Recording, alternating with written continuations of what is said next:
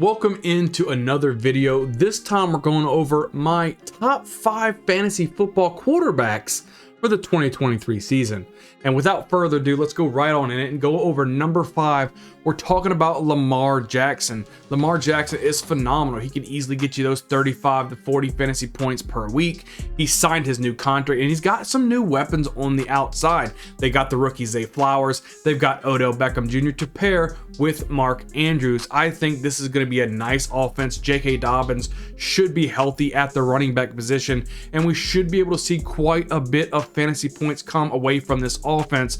If you have Lamar Jackson on your team, you're a little nervous because of the injury history and what he can possibly provide on the other side, but if he stays healthy, this guy could be a solid fantasy producer, and you can actually get him at a discount as of right now. He's not one of the top quarterbacks really going. You're seeing all the Patrick Mahomes and the Josh Allens go really early, and towards the middle of the draft, that's when you can snag a Lamar Jackson. So if you load up on your wide receivers and you load up on your running backs, if you're able to grab a Lamar Jackson in maybe the 7th round, maybe even 8th round, then you're going to be pretty nice and set up for the fantasy football season. Lamar Jackson has that capability. He can get it done through the air typically, but he's more of that running quarterback. And so as long as he's sliding and going out of bounds, he could easily get you 80 to 100 yards rushing per game, and you wouldn't bat an eye because you're like, that's what Lamar Jackson gives you, and that's where his fantasy value is. So on top of that, if he can give you a 50 or 60 rushing yards and end up throwing for 250 yards in that game, that's going to be a monster season for Lamar Jackson. And with the additive additions that they did for his weapons in the Odell Beckham and Zay Flowers, he could take the top off of defense. You still got Rashad Bateman sitting there too. This could be an offense that could wow some people in 2023. So don't sleep on Lamar Jackson. He could be somebody that you can definitely go for. Grab him as one of your running backs and you'll be happy that you did. Now let's go over to the number 4 quarterback that I have on this list, and I'm going to go at Joe Burrow. Joe Burrow coming over from LSU. Obviously, we know what he can produce with his friend Jamar Chase. These guys are absolutely electric. He's got a lot of weapons. It looks like as of right now, Joe Mixon will be the running back in this backfield. And then you all got T. Higgins on the other side, Tyler Boyd in the slot. I think it's going to be absolutely phenomenal. They did get rid of Hayden Hurst. He went over to Carolina, but they do have Irv Smith Jr. And as long as he can stay healthy, he's even yet another potent weapon for Joe Burrow. Burrow's an easy 4,000 yard passing type of quarterback. He can get you consistency type of numbers that you're looking for. And again, he's not really with those top 2 quarterbacks in the Mahomes and the Josh Allen, and not even the Jalen Hurts, but he can give you consistent numbers where you'll be confident he's a set it and forget it, matchup proof type of quarterback, and definitely why he slots in my number 4 quarterback for the fantasy football season. Let's move on along and go to number 3. We're going to none other than Jalen Hurts. And boy, did he have a wonderful season last season. He ended up using his legs and he was able to throw the ball a lot. Now, the biggest red flag I have here about Jalen Hurts is that he did have a lot of red zone rushing attempts and a lot of red zone rushing offense.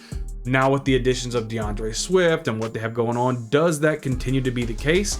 I specifically think that will be the case. I think that Swift isn't going to be as good as Miles Sanders was last season, which is going to put even more of a workload on Jalen Hurts on his shoulders. So even with DeAndre Swift coming over in the trade from the Lions, I think that there's a possibility he could possibly even get hurt.